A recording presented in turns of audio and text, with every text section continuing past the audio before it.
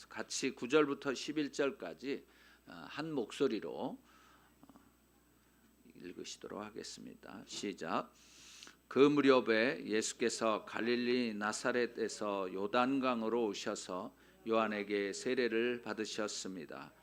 예수께서 물에서 막 나오실 때 하늘이 열리고 성령이 비둘기처럼 자기에게 내려오는 것을 보셨습니다.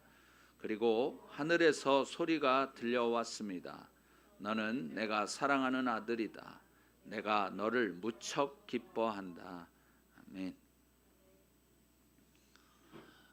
우리가 이 마가복음 이제 성서학자들 사이에 있어서는 이 마가복음을 원복음이라고 이야기합니다. 이 마가복음에서부터 이제 시작해서 마태도 그것을 좀 참조했고, 뭐 누가도 좀 참조하고, 요한도 좀 참조했다. 이제 뭐 그렇게 이야기를 하는 거예요. 하지만 여하튼 이 마가복음은 이 마가가 쓴 이 예수님의 일대기인 거예요. 예수님의 일대기 가운데에 이 복음이 무엇인지에 대해서 이야기를 하고 있는 것입니다. 사실은 예수님이 사신 삶이나 또 그분이 하신 말씀이나 뭐 이런 것들이 다 복음인 거예요. 그러니까 예수님에게서부터 나온 그 어떤 것도 복음이 아닌 것이 없는 거예요. 다 기쁜 소식인 것입니다.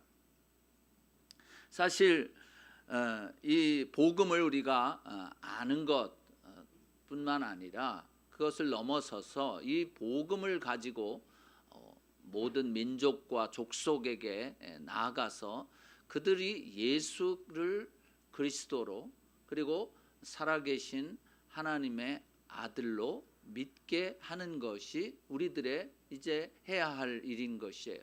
지난주에 우리가 말씀 같이 들었던 것은 복음이란 무엇인가? 예수님이 바로 그리스도시고 메시아시고 그리고 하나님의 아들이다라고 하는 것이 복음의 아주 중요한 내용이었어요. 오늘 말씀은 바로 그 예수님이 하나님의 아들이다 또 메시아다라고 하는 것을 증명하는 거예요. 그건 누가 증명을 했는가? 하나님이 직접 증명을 하신 거예요. 그래서 이것을 많은 사람들이 왜 구원을 받지 못하는가? 그것은 이것을 예수님이 그리스도 메시아라고 하는 것과 그리고 하나님의 아들이라고 하는 것을 믿지 않기 때문에 구원을 받지 못하는 것이죠. 그런데 하나님 아버지께서도 그러한 이 안타까움이 있으셨던 것이죠. 그래서 사람들에게 이 확증하시고자 이제 하늘에서 말씀을 하셨던 것이죠. 사실 우리에게 이 예수님이 그리스도시고 하나님의 아들이라고 하는 이 사실이 기쁜 소식인데 요즘 세상에는 기쁜 소식보다는 슬픈 소식이 더 많은 거예요. 가슴 아픈 소식들, 정말 간 떨어지는 이 소식들이 너무 많은 거예요. 왜 우리가 그 어떤 좀 처음 듣는 얘기나 또는 전혀 예상치 못했던 얘기를 들을 때 간 떨어진다고 그러죠. 놀랬거나 뭐 이랬을 때도 간 떨어질 뻔했다. 그러다 보니까 세상에 우울증 그리고 뭐 우리가 보는 대로 이 어려움들이 그냥 뒤덮는 거예요. 외로움과 우울증 때문에 이 현대인들은 이것 때문에 세상을 하직하는 사람들이 너무 많은 거예요. 이들에게 기쁜 소식이 전해졌더라면 그렇게 우울증에 빠지겠습니까? 근데 슬픈 소식이에요. 뭐 가정 안에서 개인에게도 슬픈 소식이네요. 어느 날 뭐 병원에 가서 이렇게 해봤더니 건강했었는데 가봤더니 뭐 암이라는 거죠. 벌써 말기입니다. 뭐 이렇게 되니 이게 기쁜 소식일 수가 없잖아요. 슬픈 소식이죠. 뭐 아이가 뭐 대학교 어디 안 됐다 뭐 이런 것도 그렇고, 뭐 장사를 하는데 누가 띄어먹었다 뭐 이러한 너무 많은 슬픈 소식들 때문에 사람들이 정말 이 어떻게 해야 되는지 모르는 거예요. 그렇기 때문에 지금 우리가 살고 있는 이 시대에서 정말 필요한 소식이 있는데, 그것은 기쁜 소식인 거예요. 그것은 바로 복음인 것이에요. 그들에게 기쁜 소식을 전해서 질병 있는 사람들에게는 치유의 기쁜 소식이 있는 것이고, 그리고 재정적으로 어려운 사람들에게는 그 축복의 기쁜 소식들이 있는 것이고, 사람마다 필요한 그들에게 기쁜 소식들이 다 다를 수 있어요. 인간적으로, 육신적으로. 그러나 그 겉모습, 하나님께서는 우리들의 내면만 이렇게 변화시키시고 기쁘게 하시는 분이 아니라 우리들의 이 외부적인 환경까지도 기쁘시게 해 주시는 분이신 거예요.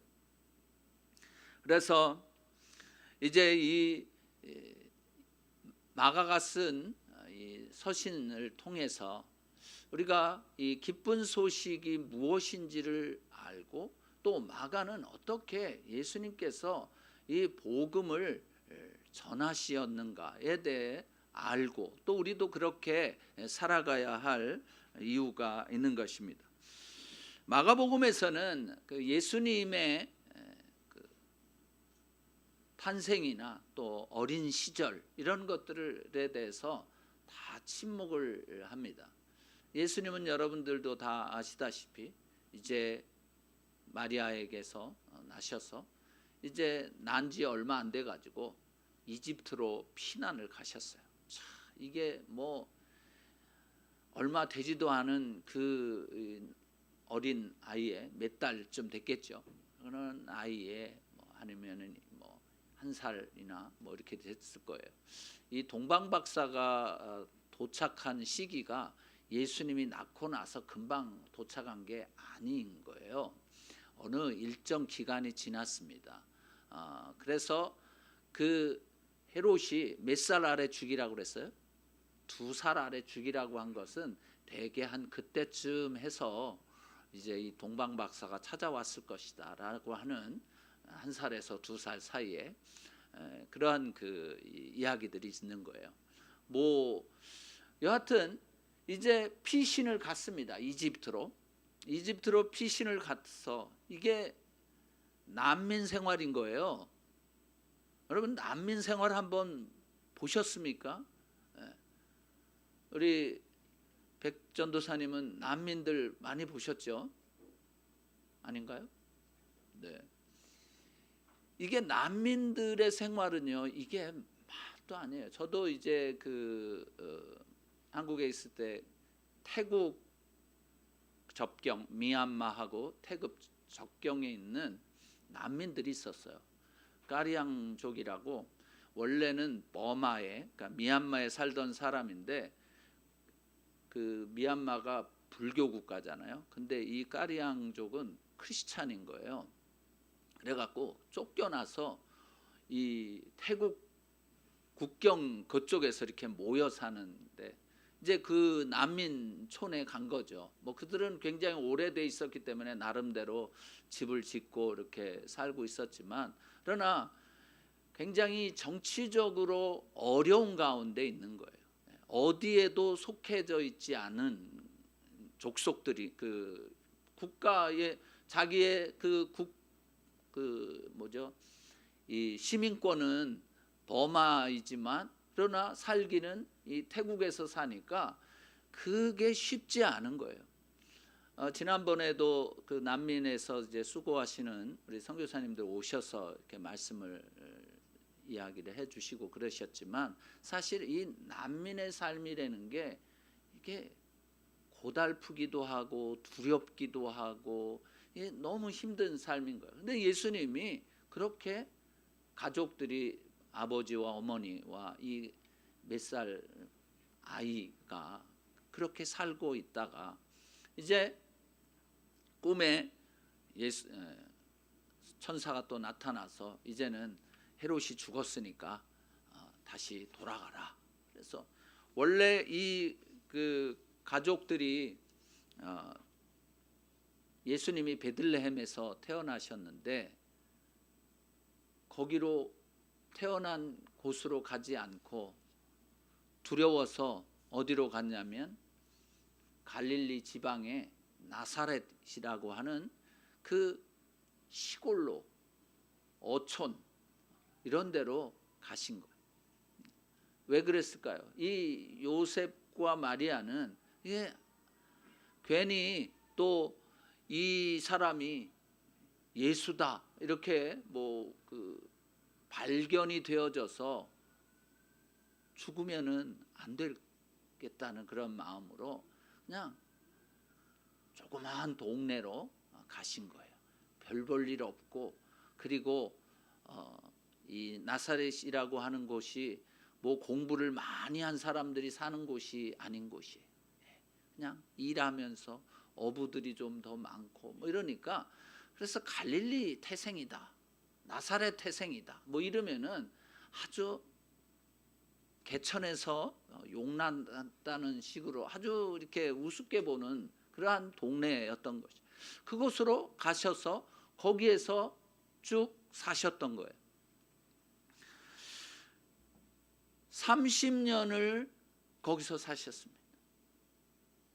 그러고 나셔서 이제 오늘 9절 말씀이 이제 예수님이 정식으로 등장을 하신 거예요. 9절 말씀을 같이 읽어보겠습니다. 시작.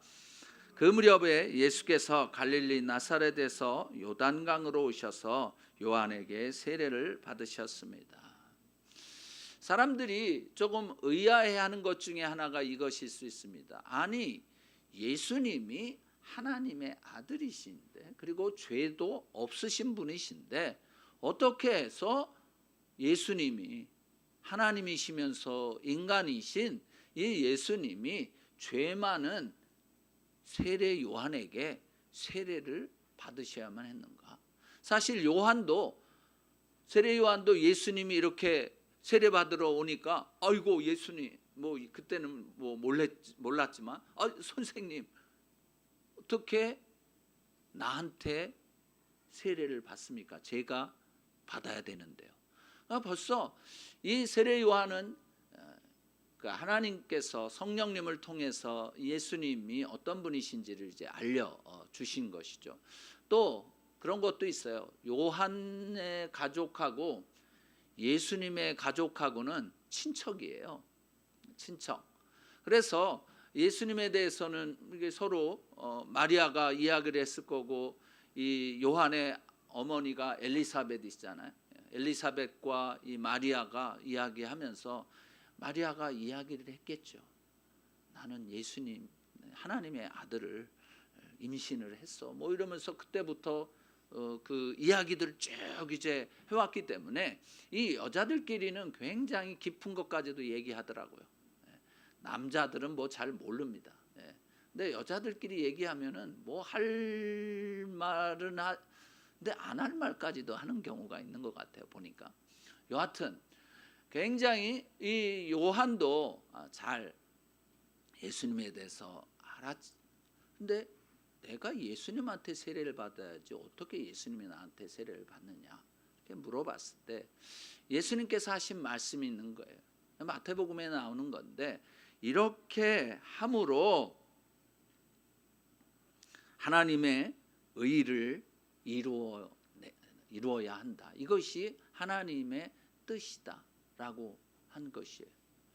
하나님께서 예수님의 그 발걸음은 자신이 원하는 대로 걸어가신 게 아닌 거예요. 한 걸음 한 걸음, 그리고 자신에 대해서 성경이, 구약이 예언하고 있던 바로 그것이 이루어지도록 그렇게 걸어가셨던 것이, 그렇게 사셨던 것이에요. 사실 우리는 뭐 그렇게까지는 살지는 못하죠. 하나님의 나를 향하신 뜻대로 내가 살아가고 있는가?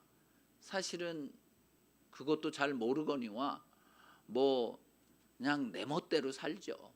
내가 원하는 대로, 내가 좋아하는 대로, 내가 좋아하면은 그냥 뭐 하지만 내가 싫어하면은 누가 뭐래도 또 안 하는 거죠. 예수님께서는 그 세례 요한에게 세례를 받는다라고 하는 것, 세례 요한의 세례는 무슨 세례였어요? 죄인, 물 세례, 죄인들에게 회개하라고 하는 죄인에게 받는 세례였던 거예요. 그러니까 예수님이 세례 요한으로부터 세례를 받는다고 하는 뜻은 무슨 뜻입니까? 예수님이 무엇이 되셨다는 거예요? 죄인이 되셨다는 거예요. 그래서 이 예수님의 이 정체성에 대해서 우리가 예수님은 우리 죄인들, 우리들이 겪어야 할 것들을 다 겪으신 것이에요. 그는 하나님이셨지만 인간이 겪어야 될 것들을 갓난 아이, 뭐 엄마 뱃속에서부터 시작해서 똑같이 겪으신 거예요. 그 옛날에 이제 그 어렸을 때 주일학교 때 이렇게 예수님이 그런 또 그 외경이 있는 거예요. 어느 외경을 보면은 예수님이 어렸을 때 흙으로 참새를 만들어 놓고서는 휙 날렸다는 거예요. 그러면 파다다닥 하고서 이제 새가 날아갔다니, 이거는 다 거짓말이죠. 거짓말일 가능성이 100%입니다. 예수님은 그렇게 안 하시냐. 왜냐하면 인간으로 이 세상에 계시면서는 100% 인간으로 사셨기 때문에 그렇지 않은 거예요. 그러나 이제 예수님이 하나님의 그 아들로서 그 사명을 가지고 살아갔을 때에 기적과 이사를 베푸셨을 때는 그때부터는 또 다른 그러한 이 삶을 사셨던 건데, 바로 이 나이대가 바로 그런 때인 거예요. 30세 때. 예수님에 대해서 우리가 이 성경을 한번 죄인들인 우리와 똑같은 과정을 겪으신 부분들을 한번 보려고 하는데요. 빌립보서 2장 6절에서 8절까지 같이 한번 읽어보겠습니다. 시작. 그분은 본래 하나님의 본체셨으나 하나님과 동등됨을 기득권으로 여기지 않으시고 오히려 자신을 비워 종의 형체를 가져 사람의 모양이 되셨습니다. 그리고 그분은 자신을 낮춰 죽기까지 순종하셨으니 곧 십자가에 달려 죽으신 것입니다. 영어가 안 나와서 참 아쉽네요. 왜냐하면 영어로 좀 설명을 해야지 되는 거예요. 6절 7절은 6절에서는 뭐 이제 영어에서는 이렇게 돼 있습니다. Though he was God, he did not think of equality with God as something to cling to. 그러니까 하나님으로서의 그 기득권, 내가 하나님이다라고 하는 그런 것을 이제 가지지 않으셨다는 거예요. 거기에 집착하지 않으셨다는 거예요. 그리고 7절에 보면 Instead, he gave up his divine privilege. 하나님 신으로서 하나님으로서의 이 특권을 포기하셨다는 거예요. 그리고 he took the humble position of a slave. 종의 모습으로 그것을 택하셨고, 그리고 was born as a human being. 인간의 모습으로 오셨다.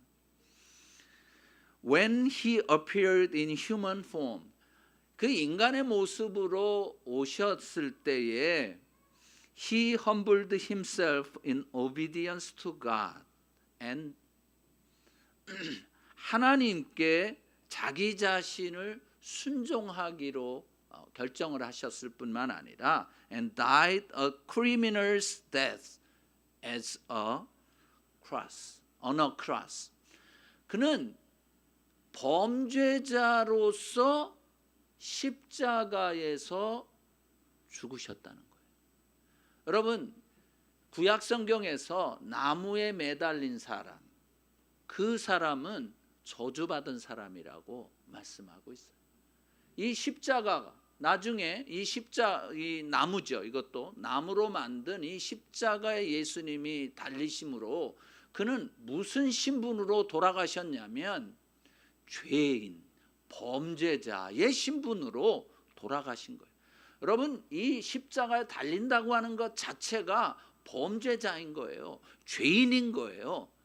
예수님이 죽으신 것은 그냥 하나님의 아들이 죽으신 게 아니라 범죄자로서, 죄인으로서 우리와 똑같이 우리를 대신해서 우리가 죽어야 되는데 거기에 못 박혀서 돌아가심으로 그분은 범죄자로 돌아가신 거예요. 그분은 십자가에 달리신 예수님은 범죄자였어요. 십자가에 달리신 예수님은 죄인이었어요. 이것이 예수님이 돌아가실 때의 정체성이었던 거예요.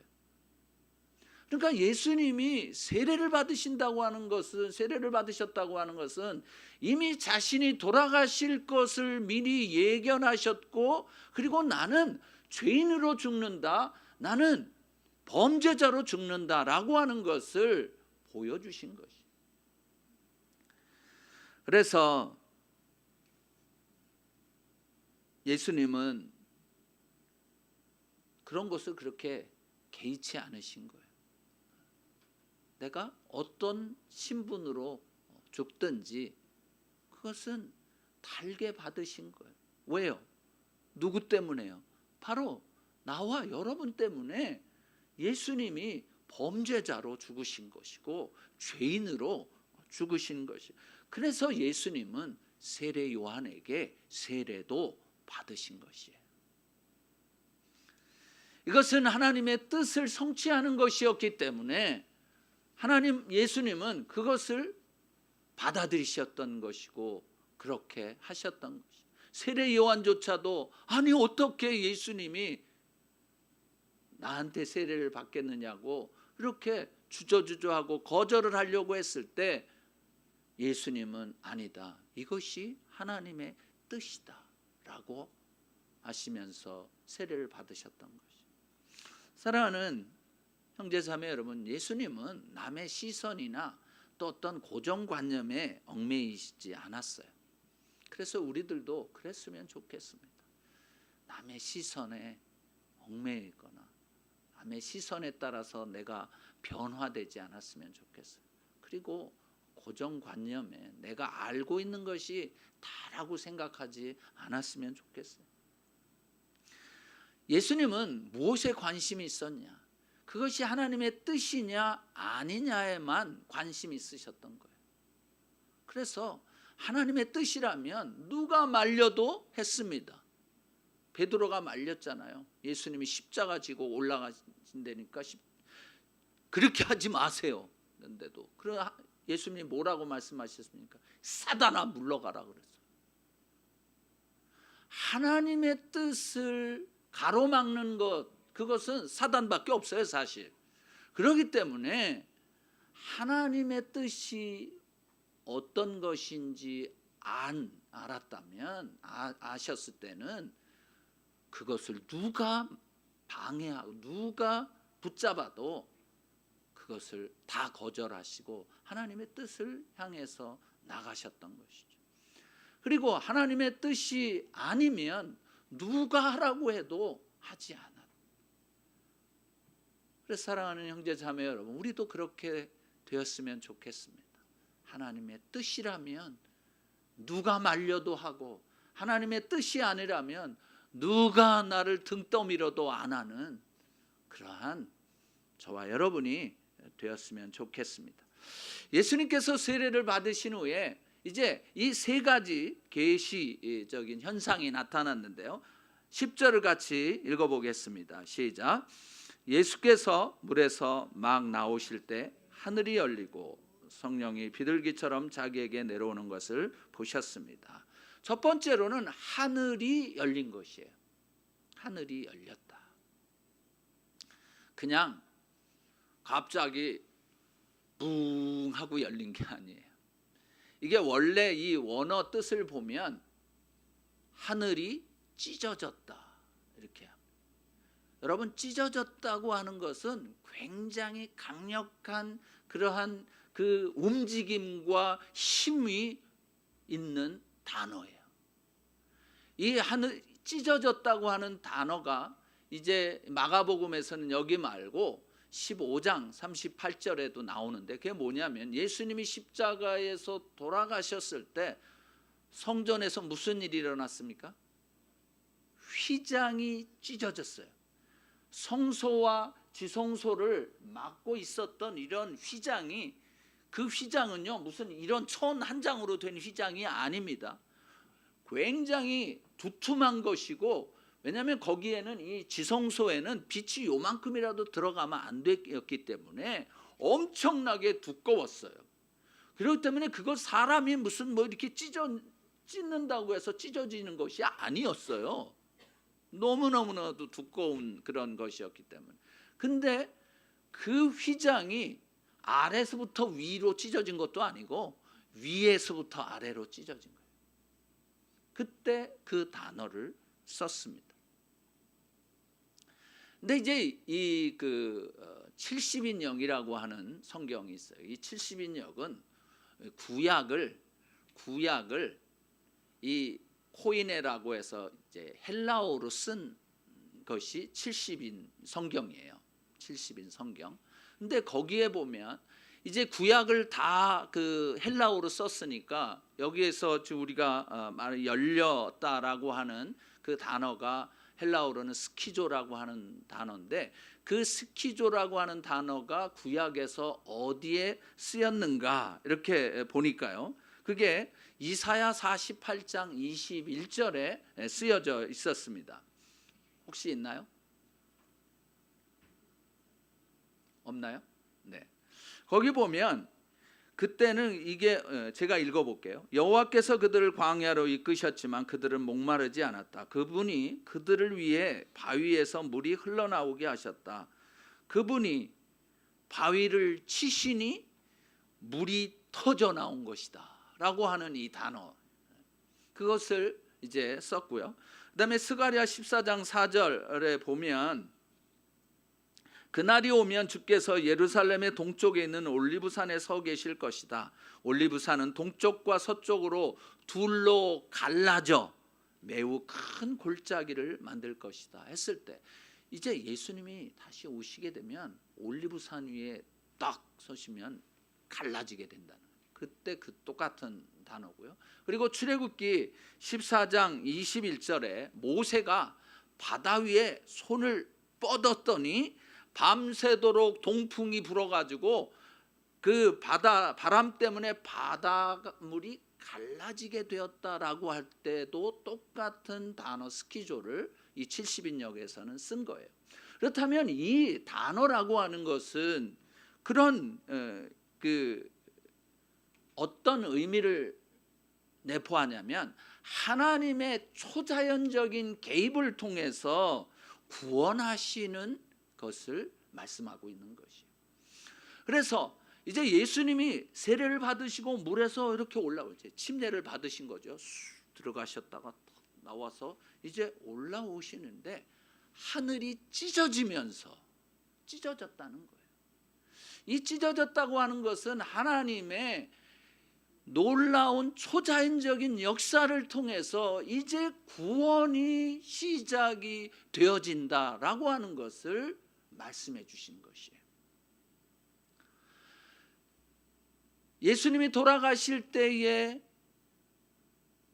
휘장이, 성소와 지성소를 막고 있던 성전 휘장이 위에서부터 아래로 찢어져서 두 조각이 난 것, 그것도 무엇을 의미하는 것일까? 여러분, 그동안에는 지성소에는 1년에 한 차례 대제사장이 피를 가지고 밖에 들어가지 못했어요. 만약 아무 때나 누가 거기 들어갔다가는 그 자리에서 즉사하고 마는 거예요. 아무도 들어갈 수 없었어요. 왜냐하면 거기에는 여호와의 영광이 가득 차 있기 때문에 그 곳에는 아무도 피가 없이는 1년에 한 차례 밖에 들어갈 수 없었던 곳이에요. 근데 그 휘장이 찢어졌다고 하는 것은 무슨 뜻입니까? 이제는 하나님의 영광이 모든 사람들에게 드러나게 됐다는 것이. 예수 그리스도가 그분이 바로 그분 아니겠습니까? 영광의 광채시고, 그리고 그분에게 모든 것이 하나님의 영광 그 자체인 것이에요. 그래서 이제는 비밀처럼 아무도 제대로 그저 1년에 한 번 어쩌다가 이렇게 한 번 볼 수 있는 이러한 예수 그리스도의 그 놀라우신 사역들과 하나님 아버지의 영광이 이제는 지성소에서부터 성소까지 모든 것에 하나님의 영광이 모든 사람에게 다 드러난 것이에요. 이것이 바로 찢어졌다라고 하는 그 말에서 우리가 알 수 있는 것입니다. 그래서 시편 64편 1편에 보면 1절에 보면 이사야 64장 1절에 보면 주께서 하늘을 손으로 찢으시고 내려오시면 산들이 주 앞에서 벌벌 떨 것입니다 라고, 그 찢으시면 하나님께서 하늘을 손으로 찢으십니다. 아마 이 성경 말씀을 유추해서 예수님이 물에서 세례를 받고 올라오실 때 하나님께서 하늘을 손으로 찢으신 거죠. 이제는 내가 너희들에게 진짜 구원을 너희들에게 허락하겠다라고 하시는 것이죠. 예수 그리스도를 통해서. 그래서 이 예수님의 말씀 중에 이제 우리가 다음번에도 우리가 같이 나누겠지만 이 마가복음 2장 21절에서 22절까지 보면 새 포도주는 새 부대에 이렇게 해야 된다. 그래서 그 성경 말씀을 보면 이렇게 돼 있습니다. 낡은 옷에 새 천조각을 대고 깁는 사람은 없다. 그렇게 하면 새 천조각이 낡은 옷을 잡아당겨 더 찢어지게 된다. 또한 새 포도주를 낡은 가죽 부대에 담는 사람도 없다. 그렇게 하면 포도주가 부대를 터뜨려 포도주와 부대 모두를 버리게 되기 때문이다. 새 포도주는 새 부대에 담아야 하는 법이다. 여기에서 찢어진 자 터뜨린다라고 하는 것이 바로 그것이. 이 새로운 언약, 하나님 예수 그리스도께서 오셔서 하시는 이 새로운 이 약속의 말씀들은 옛날 부대에 옛 언약에 담아둘 수 없다는 것이에요. 그것을 찢어버리신다는 거예요. 새 언약은 하나님의 이 예수 그리스도께서 하시는 이러한 일들은 옛 언약 안에, 옛 계명 안에, 그 부대 안에 넣을 수가 없는 거예요. 이게 완전히 찢어져요. 그래서 찢어진다고 하는 것은 여기에서는 그렇기 때문에 새 부대에 넣어야 된다. 새로움에 대해서 말씀하신 것이에요. 이제 휘장 뒤에 감춰져 있던 하나님의 영광이 온 이 피조 세계를 향해서 막 쏟아져 나오는 것처럼 이제는 거룩과 세속, 그리고 정함과 부정함의 이분법이 사라져버린 것이. 무슨 말씀인지 아시겠죠? 여러분, 거룩이라고 하는 건 우리가 교회에 나와야만 거룩한 것이 아닌 거죠. 내가 사는 곳, 내가 있는 곳, 내가 일하는 곳, 내가 자는 곳, 이 모든 것이 그리스도인들에게는 거룩한 곳이에요. 예수님, 그 하나님이 그 모세에게 내가 선 곳은 거룩한 곳이니 신발을 벗어라 이렇게 말씀을 하셨는데, 여러분 이제는 우리는 그리스도인들이고 내 안에 누가 계십니까? 고린도서를 요즘에 묵상을 하고 있는데 내 안에 예수님이 계시고 내가 바로 내 몸이 뭐예요? 성전이잖아요. 그렇기 때문에 내가 가는 곳 어디나 다 거룩한 곳이 되어지는 것이에요. 그렇기 때문에 그 거룩한 곳에서는 항상 신발을 벗고 하나님께 예배드리는 삶을 살아야 되는 것이에요. 이것이 주님이 우리에게 말씀해 주시는 거예요. 두 번째로 이제 계시적인 현상이 뭐였냐면 성령이 비둘기처럼 강림했다는 사실이에요. 사실 여기에서 이 성령의 내려오심은 오순절의 성령 강림과는 또 다른 것입니다.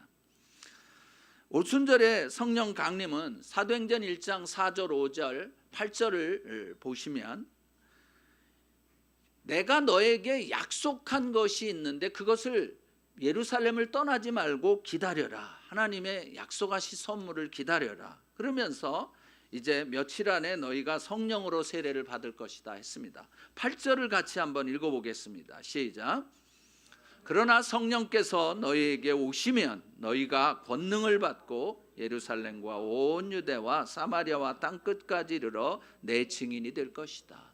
이 성령 강림 시대의 이 성령의 강림은 오순절 때 성령 강림은 권능을 받아서 증인이 되도록 하는 성령 강림이었지만 그러나 예수님이 세례를 받고 올라오실 때에 하늘이 찢어지고 성령이 비둘기같이 내렸던 이 성령의 강림은 그것은 예수 그리스도가 메시아시다라고 하는 것을 확인시켜주는 메시아적인 성령 강림이었던 것이에요. 사실 이제 예수님이 이제 다음 주에 우리가 예수님의 시험에 대해서 같이 나누겠지만 그 성령 강림 후에 광야로 가셨는데 광야도 본인이 광야에 가서 내가 시험 받아야 되겠다 이런 생각하신 게 아니고 성령이 모르신 거예요. 성령에 의해서 모든 것을 하셨던 것이죠. 그래서 사실 이 성령 강림의 역사 이 시대가 이제 그 제2성전 시기라고 말하는데요. 이 제2성전기라고 하는 것은 어떤 때를 말하냐면 이스라엘 백성들이 바벨론의 포로로 잡혀갔다가 다시 돌아와서 성전을 이렇게 이제 짓기 시작을 했죠. 느헤미야가 그리고 나서 예루살렘 성전이 무너질 때까지를 제2성전기라고 얘기합니다. 예루살렘 성전이 언제 무너졌어요? AD 70년에 무너졌습니다. 그래서 이제 지금 이스라엘에서는 제3성전을 건축하기 위한 그런 일들이 벌어졌는 그거 준비하고 있는데 다 준비돼 있어요. 돈은 다 준비돼 있습니다. 근데 어떻게 해야 될지 몰랐는데 얼마 전에 트럼프 대통령이 예루살렘이 이스라엘의 수도다 그랬기 때문에 아주 그 확보를 해준 거예요. 이제 아마 그 예루살렘에 제3성전이 세워질 때가 되면 여러분 긴장하십시오. 예수님 오실 때가 다 된 것입니다. 사실 이 제2성전기에는 예언이 없었어요. 뭐 마카비 그 예수님이 이제 태어나신 이 신약 시대 뭐 마카비 시대 그때뿐만 아니라 이 말라기에서부터 시작해서 그 기간까지의 아무런 이 성령의 역사들이 성경에 기록돼 성경이 없는 거예요. 그냥 말라기 이후에는 그만큼 성령께서 역사하지 못했던 그런 것을 이제는 하나님께서 이제는 내가 성령을 너희들에게 예언적인 말씀과 또 이 새로운 것을 새 영을 너에게 허락해 주시겠다고 하는 그 하나님의 약속으로 하늘을 찢으시고 성령을 비둘기같이 예수 그리스도에게 보내셨던 것이에요. 그래서 이것은 무엇입니까? 이제 가까웠다라고 하는 것이에요. 세례 요한이 이야기했던 것처럼 회개하라. 뭐가 가까웠다고요? 천국이 가까웠다. 이것을 하나님께서 이제 예수 그리스도를 통해서 알려주신 것이. 사실 예수님도 이제 첫 번째 그 전도하셨던 말씀이 뭐예요? 똑같았습니다. 회개하라. 천국이 가까웠다. 여러분, 이제는요, 예수님 시대보다 진짜 더 가까운 거예요. 회개하고 회개해야 돼요. 나 예수 다 믿었는데 난 구원에 나는 구원의 확신도 있는데 괜찮아. 아니요, 괜찮지 않습니다. 회개하셔야 돼요.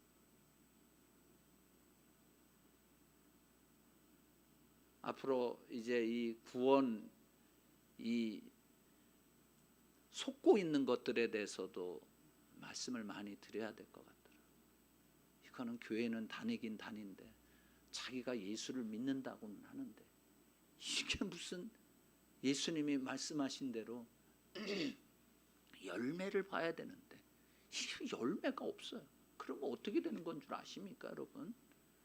스스로 속고 있는 것도 있어요. 여러분, 나는 따놓은 당상이야. 이제는 괜찮아. 나는 이미 오래전에 주는 그리스도시요 살아계신 하나님의 아들이라고 내가 입으로 고백했기 때문에 괜찮아라고 여러분 너무 안전하다고 생각하지 마세요. 삶 가운데에 실제적인 열매가 없다면 가짜일 수가 많이 있는 거예요. 대학교에 예전에는, 요즘에는 여기는 어떤지 모르겠지만 한국에는 가짜 대학생들이 많았던 거예요. 가짜 대학생. 똑같아요. 뭐 같이 밥도 먹고 강의도 듣고 뭐 그러는데 가짜 대학생은 MT도 가고 막 그랬는데 나중에 뭐가 없습니까? 졸업장이 없어요. 여러분, 그렇게 되면 큰일이에요. 속아가지고 스스로 열심히 했습니다. 뭐 죽어라고 했습니다. 근데 증이 없어요. 그럼 어떡하시나?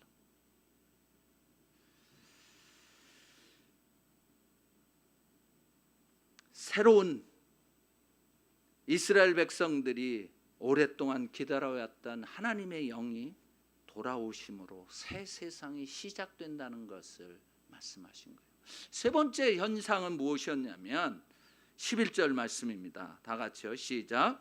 그리고 하늘에서 소리가 들려왔습니다. 너는 내가 사랑하는 아들이다. 내가 너를 무척 기뻐한다. 바로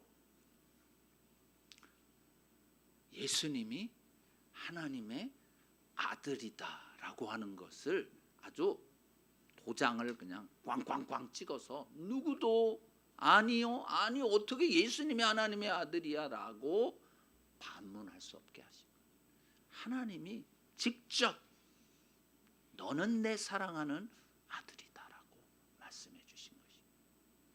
그래서요, 그러면서 거기에다가 하나 더, 내가 너를 기뻐한다. 영어를 보니까 또 재밌더라고요. 영어에는 You bring me great joy. 무슨 얘기예요? 그냥 네가 있는 것만으로도 나는 기뻐. 요즘 우리 김한종 목사님은 리아 보느라고 그냥 걔가 있는 것만으로도 이제 기쁜 거예요. 이제 다음 타자는 우리 지철 형제하고 크리스틴 자매인데 하나님의 선물인 아이가 있을지어다. 아멘. 좀 올해 그 전반기 내에 좀 있어 좋겠어. 여하튼 그냥 있는 것 자체로 기쁨이다. 너는 내 사랑하는 아들이다. 이것이 예수님의, 하나님께서 예수님이 하나님의 아들이요 또 메시아라고 하는 것을 확증해 주시는 세 가지 계시였습니다. 사실 이스라엘 백성들은 그동안 자신들이 기다리고 있는 메시아가 누군지 잘 몰랐어요. 어떤 사람인지. 그런데 하나님께서는 이 예수가 메시아다라고 하는 것을 분명히 알려주었지만 믿지 않았던 것이죠. 믿은 사람들은 구원을 얻었지만 믿지 않은 사람들은 구원을 받지 못했어요. 그래서 하늘에서 들려온 이 음성, 너는 내가 사랑하는 아들이다, 내가 너를 무척 기뻐한다 라고 하는 이 음성이 세례 요한에게도 다시 한번 확증이 되어졌고 확신하게 되어진 거죠. 우리가 하나님으로부터 이런 소리를, 이런 음성을 들으셨으면 좋겠습니다. 여러분, 내가 분명히 하나님의 아들이다, 예수 그리스도를 믿음으로 하나님의 자녀가 되는 권세를 받았다라고 하시는 분들이라면 이 하나님의 음성이 우리 내면 안에서 계속해서 울려져야 합니다. 내가 너를 사랑하고 내가 너를 기뻐한다라고 하는. 그래서 우리는 이 음성 가운데서 살아가야만 합니다. 사실 우리들이 하나님의 말씀대로 살지 못하면 이 음성이 자꾸 희미해지죠. 정말 하나님이 날 사랑하실까? 정말 나는 하나님의 기쁨이 되는 사람일까? 그런 것들 때문에 고민이 생깁니다. 그렇기 때문에 여러분, 이 하나님의 음성, 이미 들려주신 이 음성에 걸맞게 그 음성이 그리고 내 안에서 계속해서 솟구칠 수 있도록 그렇게 여러분의 삶을 정리하시기를 바랍니다. 스바냐 3장 17절 말씀을 보면 이런 말씀이 있습니다. 같이 읽어보겠습니다. 시작. 내 안에 계시는 내 하나님 여호와께서는 승리의 용사시다. 그분께서 너 때문에 무척이나 기뻐하실 것이다. 그분의 사랑 안에 너를 새롭게 해주시고 노래를 부르시며 너로 인해 기뻐하실 것이다. 주님은 우리 때문에 기뻐하십니다. 이사야 49장 15절 16절 읽어보겠습니다. 시작. 어머니가 자기의 젖먹이를 어떻게 잊겠느냐? 자기 태에서 낳은 아들을 가엾게 여기지 않겠느냐? 혹시 그 어머니는 잊어버려도 나는 너를 잊지 않겠다. 보아라, 내가 너를 내 손바닥에 새겼고 내 성벽이 언제나 내 앞에 있다. 우리를 잊지 아니하시고 손바닥에 새겨두시다. 우리가 손등보다는 손바닥을 자주 봅니다.